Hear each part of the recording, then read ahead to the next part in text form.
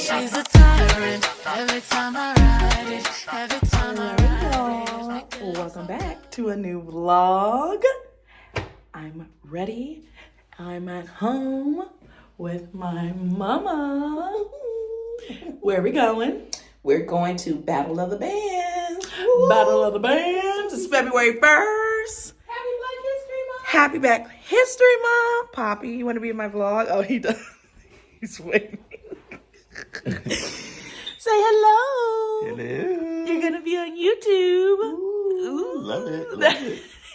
Supportive parents. Yes. So anyways, we are going to Battle of the Bands. This is as close to an HBCU as I get.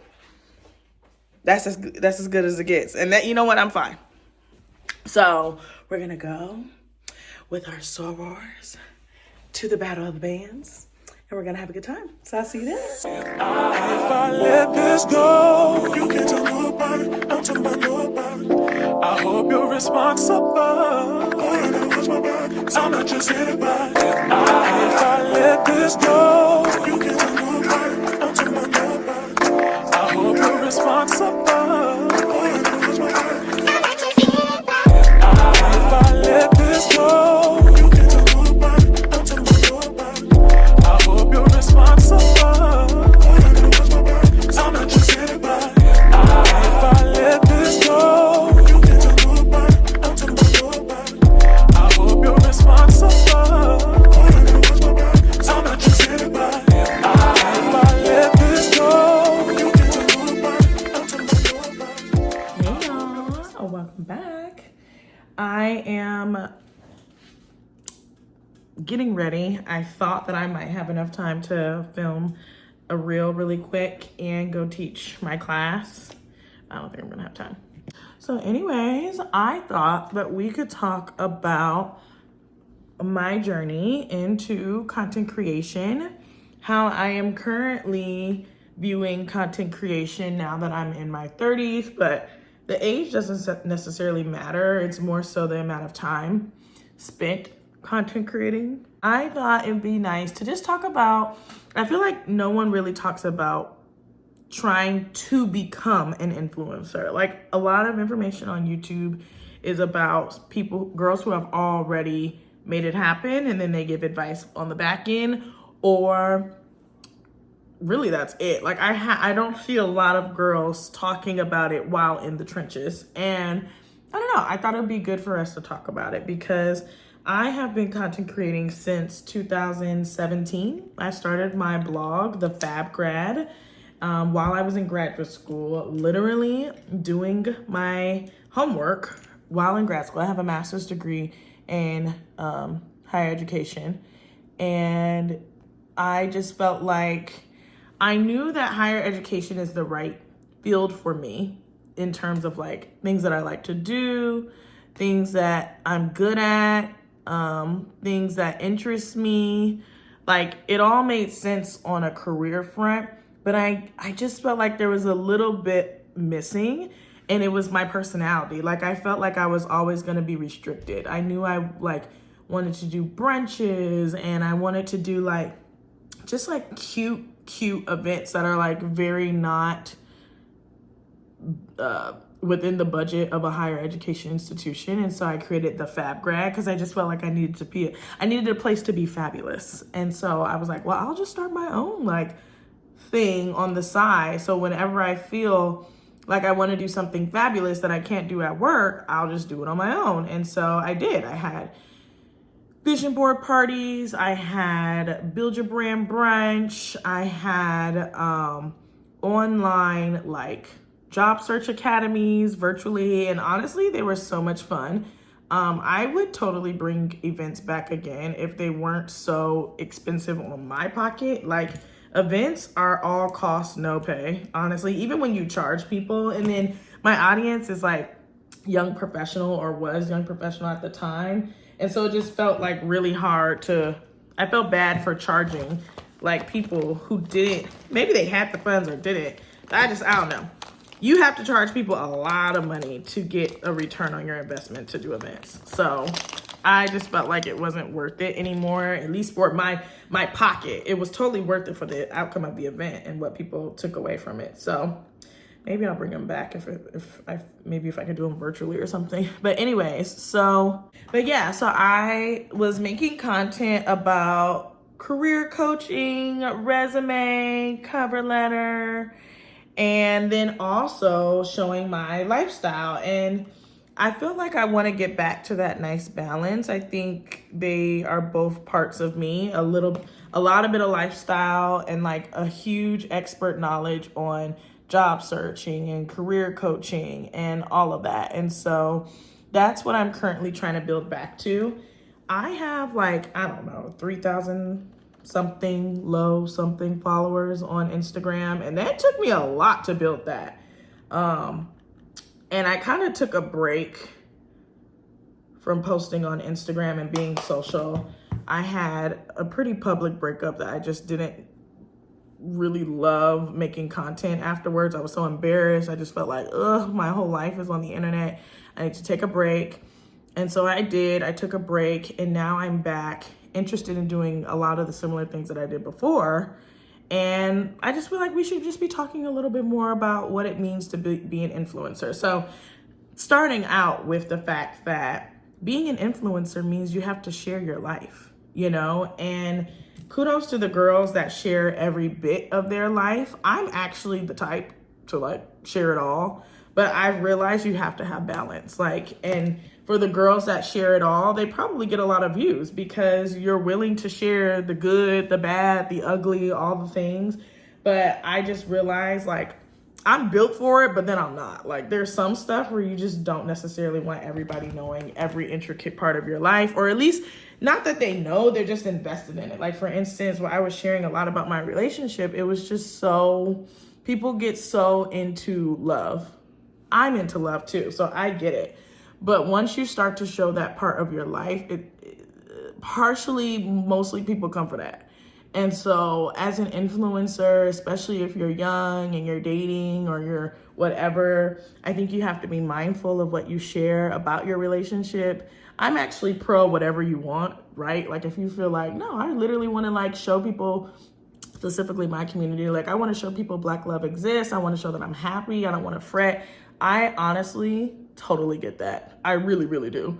But I just learned from my own experiences that you have to be careful. Not because people are haters necessarily. It's just your stuff is on the internet. Oh, speaking of, my man's calling me. 1 second. I'm back. He was checking in. Anyways, so yeah, I just feel one thing about if you are thinking about becoming an influencer is you have to figure out how much you want to share with people. How much do you really want people to know about your life? Because a lot of girls want to lean to lifestyle, or a lot of people want to lean into being a lifestyle influencer, or even fashion and beauty. Well, I'll get to the fashion and beauty in a second because I have actually a ton to say on this topic. But specifically, if you want to do be a lifestyle content creator, you have to be willing to share, but then you also have to know your boundaries. And to be honest, I feel doing that in your 20s is tough because you have to be a really mature 20-something-year-old to know what you want to share about your life on the internet. Because even just getting a little bit older, I realized, are you more of a private person? Come to find out, yeah, a little bit. But yeah, so that goes with that. And then also, I think there's so much to say. I literally could have wrote this stuff down. Having your friends in your content. I luckily am now in a group of friends who know I love content creation and really support it and are oftentimes excited to be in it, but you got to feel the vibes. Not everybody want to be filmed all the time. Not everybody wants every conversation, even with music over it, just a camera in their face. And oftentimes, especially if you're interested in lifestyle content, you have to be willing to say, you have to read the room. Are my friends interested in being in my content right now? Do I have permission to share that picture of all of us together? Do I have permission do they feel comfortable about me explaining things about my content?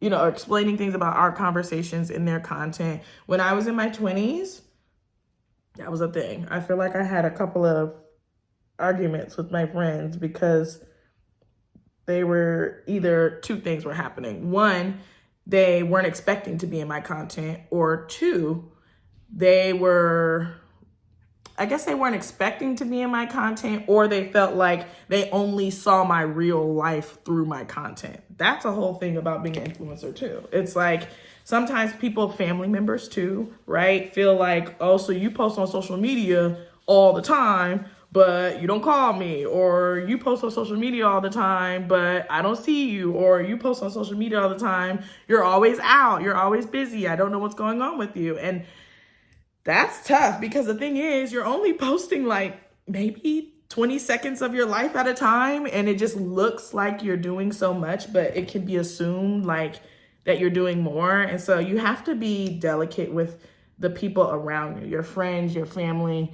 If those relationships are important to you, you have to make time for them in real life, or at least you have to explain the things that, at least this is what I found. You do. But I have found that you have to also explain some of the things that you're doing out. Like I often got, and I still get sometimes, like, you're out all the time. I be out on Saturday. I be out on Saturday. I, go out with my friends when I feel like it, but no, not as much as people would assume. But because you make a vlog all about going out, or you make a vlog about traveling a lot, people assume one thing or another. So if you're trying to do lifestyle content, the perception of your life is just something that you need to figure out how to manage, and what type of private conversations you want to have with people. Now, hindsight 2020, you shouldn't have to explain yourself too much. If the people are close to you, they get it, they love you, they're into it, they watch from afar, they watch inside, they call you about it, whatever. But I can't say that it hasn't happened where people have watched my content and been like, I never see you, but I see you always out, or I saw you in my content and I didn't like that caption, or whatever the case may be. So you have to be mindful about other people in your content if you are going to have other people in your content. Now, I don't have no kids. I can't speak to that. But I know that's a whole thing too about getting consent from your kids, but that's not my content right now. So anyways, what other parts about being an influencer? Oh my gosh, there's so much.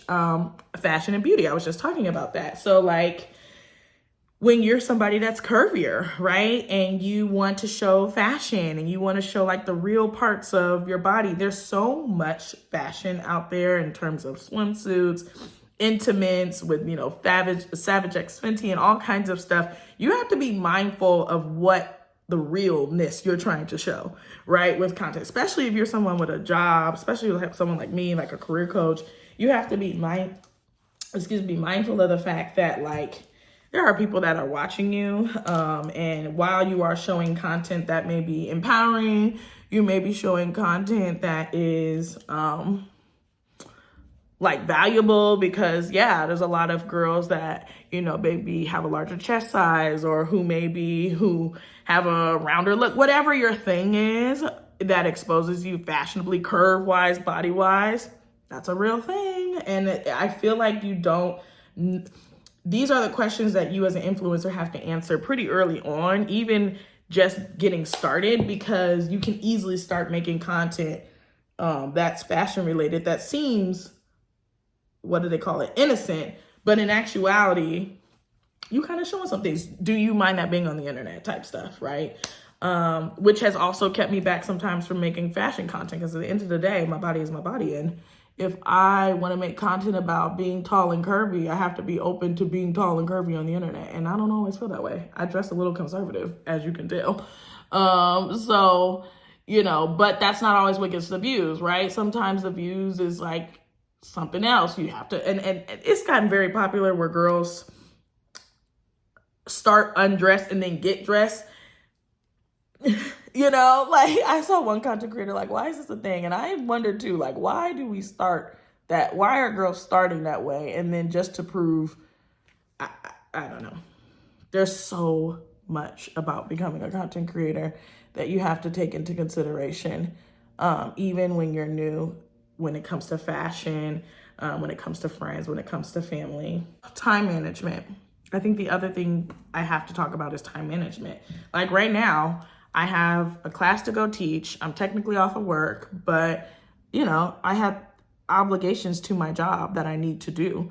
And so finding the time to make content, especially when you have a job that requires all your time. Like you cannot be side on the side, da da da da da. No, you really need to be like at your desk, engaged, working.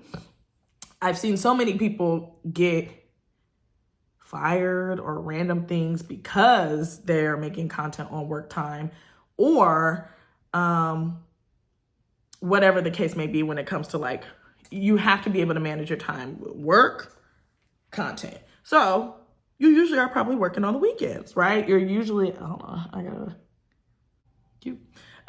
you have to be able to manage your time. You have to be able to say, okay, on the weekend, I'm gonna start filming YouTube videos. I'm going to make my content early in the morning after the gym, and then film and edit it when I get off of work. Like, there is a lot of time management and money. You want to look good on the internet. You want to have your hair done. You want to have your makeup done. You want to have, like, you know, your nails done. Ish costs money. So you end up feeling like, I got to keep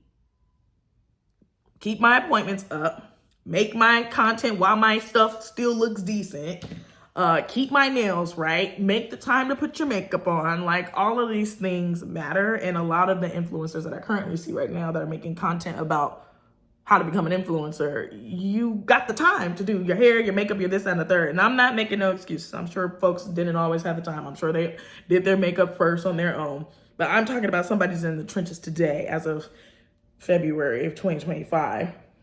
My learning process is it's your weekends. Honestly, it's your weekends or it's your late night evenings. You're going to have to be able to say, I'm going to meal prep all of my meals so that at night I'm not spending my time cooking. I'm spending my time immediately going into content creation. Or you need to get off of TikTok so that you can edit your stuff and actually get it up so that you can post before you go to work in the morning. Time management is a really big part. And I've realized that the whole thing around consistency is just what you choose to do with your time. And not to say that influencing is always going to be the top priority. Like, I like to go to the gym in the morning. So that leaves only the evening really and the weekends to do content. Well, that's another choice. Once you actually decide that you want to be an influencer, that is a huge chunk of your time where now other things are not as relevant, or you are making content out of things in your life. Like, for instance, I was already going to host Galentine's, but now it's like, hold on, I want this to be content. So you got to make the extra time to make the content about the fun things that you're doing in your life. Whereas you used to be like, okay, I'll get ready, you know, make my apartment cute in the morning. You might make your whole Galentine's things a week in advance, 3 weeks in advance, just to be in the loop of Galentine content while it is still hot and fresh. I see why so many people fall off. I see why I have fallen off so much, but I just wanted to share a little bit about my experience so far since coming back or trying to come back. It is a little bit harder. Back when I was starting content creation, there was a lot more like pictures. Literally, you would take a picture, you get your little blog person, you could do one photo shoot and be good for the month on Instagram. Now it's like you have to show up in a different outfit, make a whole reel about something. The transition's got to be right. You need B-roll. You need the photos for it is more. There's just more I feel like you need to do to make the content. Now, has the editing processes become easier? Yeah, there's CapCut. There's a lot more instruction out there. It's easier to get music. It's become a lot easier, I feel like, on the back end of things that have expedited it. But it's because it requires more. You've got to turn a long form YouTube video into a now vertical YouTube reel. I mean, a reel or TikTok, right? And then you got to, there's so many rules and regulations around every single app. I feel like that has complicated things a lot, but I'm in it for the long haul. I feel like if you have questions, or if you're on your YouTube journey, if you're on your Instagram influencer journey, let me know in the comments. What's working for you? What's not working for you? How are you getting content out on a regular basis? Do you have a community of people that you talk to about community and influencing? And maybe what's your niche? I'm curious. All of that. I'm very curious. So I hope you guys enjoyed this. And I think my face is pretty much done. I'll talk to you next time. Bye. Is the heart of a woman.